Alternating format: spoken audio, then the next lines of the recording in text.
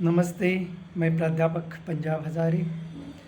आज के ताशिकाओं में हम लोग मृदुला गर्ग द्वारा रचित 3 किलो की छोरी कहानी पर चर्चा करते हैं।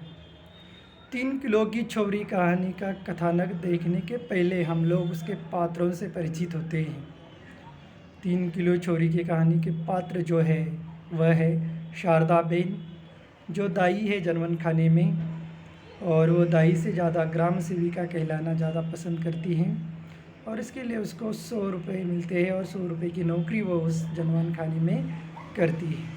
उसके बाद मोटी बहन है जो उस फाउंडेशन को चलाने वाली। उसके बाद लल्ली बहन है जो तीनों लड़कियों को जन्म देती है। उसके पति है, उसकी सास है मनोबेन। उसके बाद नन्ही बहन है जो लड़के को जन्म देती है, उसका पति है। और उसके बाद मास्टर साहब की पत्नी है। तो हम लोग देखते हैं कि 3 किलो की छोरी कहानी में मृदुला गर्ग ने घर, परिवार और समाज में जो लड़का लड़कियों में भेदभाव किया जाता है उसका चित्रण किया है।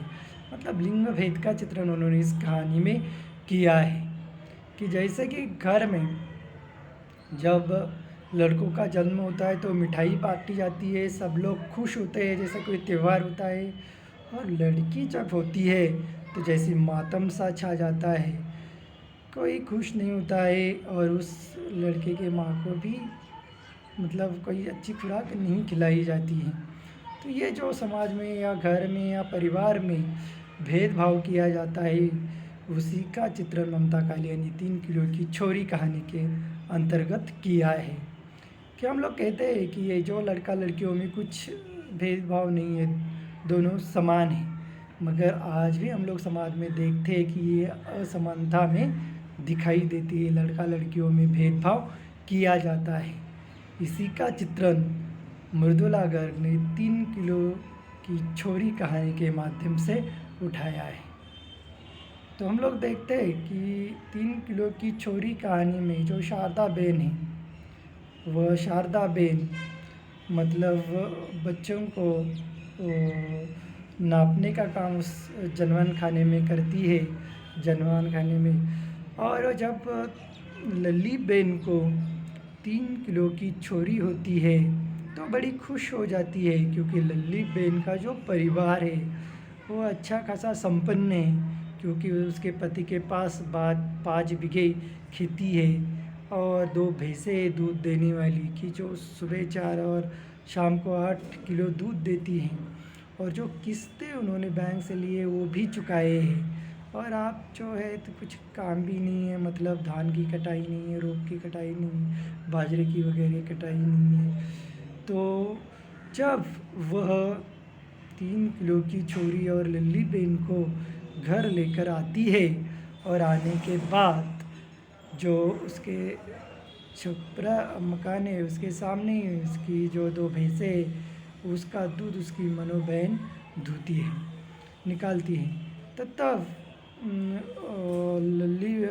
शारदा बेन उस 3 किलो की छोरी को और लल्ली बेन को उसके झोपड़ी में लाकर छोड़ती है और कहती है कि ले ये 3 किलो की है और इसको किसी की नज़र ना लगे इसलिए काला टीका लगा दे, क्योंकि किसी की नज़र लग सकती है।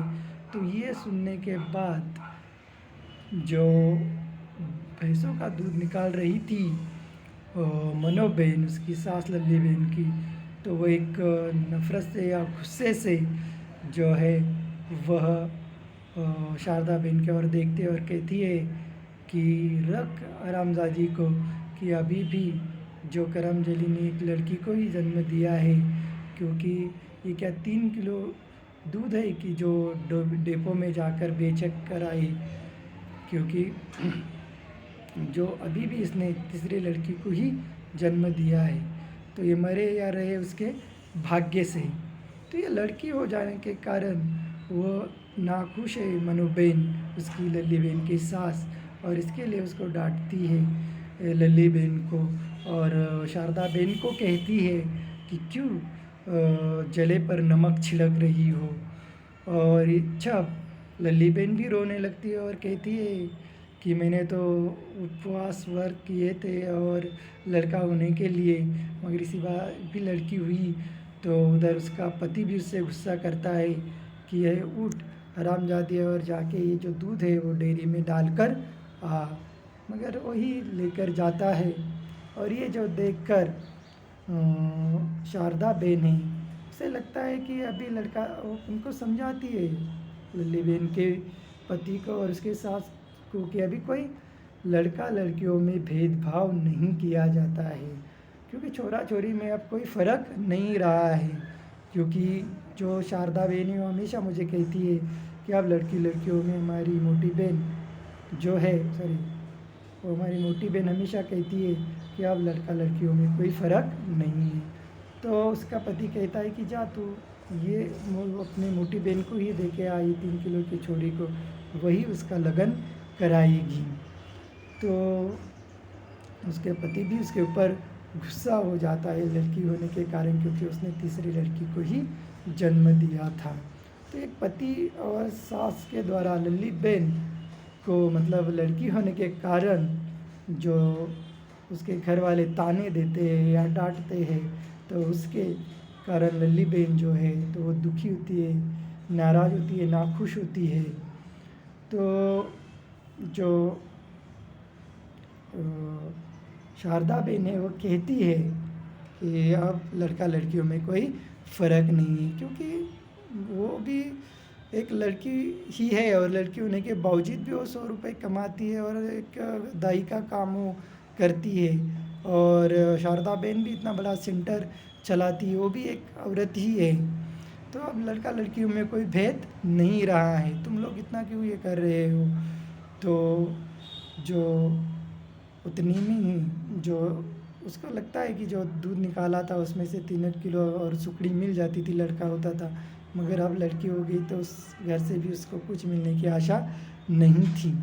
और वो जो 1 रुपए की नोट थी लल्ली बेन के पास, तो वही वो शारदा बेन के और ये करती है। उतनी में ही पास के झोपड़ी में जो नन्ही बेन है, वह नन्ही बेन के यहाँ से रोने की आवाज़ आती है, क्योंकि अभी 8 दिन पहले शारदा बेन ने उस बच्चे को मतलब जो नन्ही बेन है उसके बच्चे को ये किया था। तो वो पहलाठी थी नन्ही बेन और उन्होंने एक लड़की को जन्म दिया था, मगर वह लड़का जो है वह मर गया था। तो रोने की आवाज़ आई थी, वैसी वो उधर दौड़ी थी और जाकर देखा तो नन्ही बेन और उसका पति जो है वह रो रही थी। क्योंकि जब पूछती है शारदा बेन कि ये कैसा मर गया, तो जो मनु बेन है वो कहती है कि नाश पीती है, ये घर पर रहती तो बच्चा नहीं मरता था, क्योंकि अभी इसने बच्चों को जन्म दिया था और हमारी एक जो है कि वो खा खा के मुटिया गई इतना खुराक देकर, मगर लड़के को जन्म नहीं देती है। और इसने लड़के को जन्म दिया, अगर ये 8-10 दिन घर पर रुकती तो बच्चा अच्छा होता, मगर वह उसकी जो घर की गरीबी थी नन्ही बेन की, क्योंकि जो भैंस लिए थी उसका किस्तें नहीं चुकाए थे, और जो भैंस थी उसको भी चारा देना था और घर में भी खाने के लिए कुछ नहीं था। तो वह खत जो ट्रक उतारने का है तो खत ढोने का काम करने के लिए जाती है, दिन भर खत ढोने का काम करती है, इसलिए इसको दूध नहीं आता है। और दूध न आने के कारण जो बच्चा दूध पीने के लिए मुँह मारता है मगर दूध नहीं आता है, तो उसको दस्त भी लग जाती है और टट्टियाँ भी वो करता है, तो उसके दस्त की वजह से मृत्यु हो जाती है। तो एक और कॉरपोरेट डेयरी आने के कारण हम लोग कहते हैं कि जो परिवार थे वो सुखी हो जाएंगे, मगर कॉरपोरेट डेयरी आने के बाद भी जो भैंस ली है उसकी किस्तें चुकाना और उसमें ही सब पैसे चले जाते हैं और घर में भी कुछ नहीं बचते, और जो जितना भी दूध निकलता है वो बच्चों को भी नहीं मिलता है, और वो डेयरी पे सभी लोग डालते हैं, तो ना बच्चों को घी खाने के लिए मिलता है, ना जो उनके माँ है बच्चों की उनको भी दूध नहीं मिलता है। तो इस प्रकार जो डेयरी आने के कारण हानि ही हुई है कि जो फ़ायदा होना चाहिए था वो फ़ायदा नहीं हुआ है। तो जो शारदा बेन है वो जो 3 किलो की छोरी है लल्ली बहन की, तो वह मनु बहन को कहती है कि इसको अच्छे तरीके से खुराक दे और उसका ख्याल में ही रख। अगर तू और कुछ ये करेंगी तो मैं सेक्रेटरी से जाकर शारदा बहन से, सॉरी, मोटी बहन से आपकी शिकायत करवा दूंगी। तो मोटी बहन जो है आपके सेक्रेटरी से शिकायत कर देंगे और वो आपको अमूल दान और ये देना बंद कर देंगे, दूध लेना। तो अब सबका ये हो जाएगा। तो मनु बहन वही देख कर शीश हो जाती है और वही वहाँ से निकल जाती है। तो इस प्रकार जो लड़का लड़कियों में भेदभाव किए जाते हैं, उन लड़कियों में जो भेदभाव किया जाता है उसी का चित्रण मृदुला गर्ग ने इस कहानी के माध्यम से किया है। कि जैसे एक शारदा बहन लड़की है, औरत होने के बावजूद भी वो लड़के लड़कियों के जन्माने का काम करती है, या फिर जो मास्टर की बहू उसको दवाई देती है और वो भी मतलब उससे ठीक थोड़ा हो जाती है, तो उसको खुशी होती है कि मैं लड़की होने के बावजूद भी ये सब कर सकती हूँ और मैं अच्छा काम कर रही हूँ। तो उसको उस 3 किलो छोरी के होने का जो आनंद है वो कई गुना ज़्यादा मिलता है। तो इस प्रकार लड़का लड़कियों में भेदभाव नहीं किया जाना चाहिए और लड़का लड़की दोनों एक ही है। और जो लड़का है वो वंश का दीवा हो सकता है, तो उसकी बात ही वो लड़की होती है। तो इस प्रकार 3 किलो की छोरी कहानी के माध्यम से जो लिंग भेदभाव है, इस लिंग भेदभाव की समस्याओं को मृदुला गर्ग जी ने इस कहानी के माध्यम से उठाया है।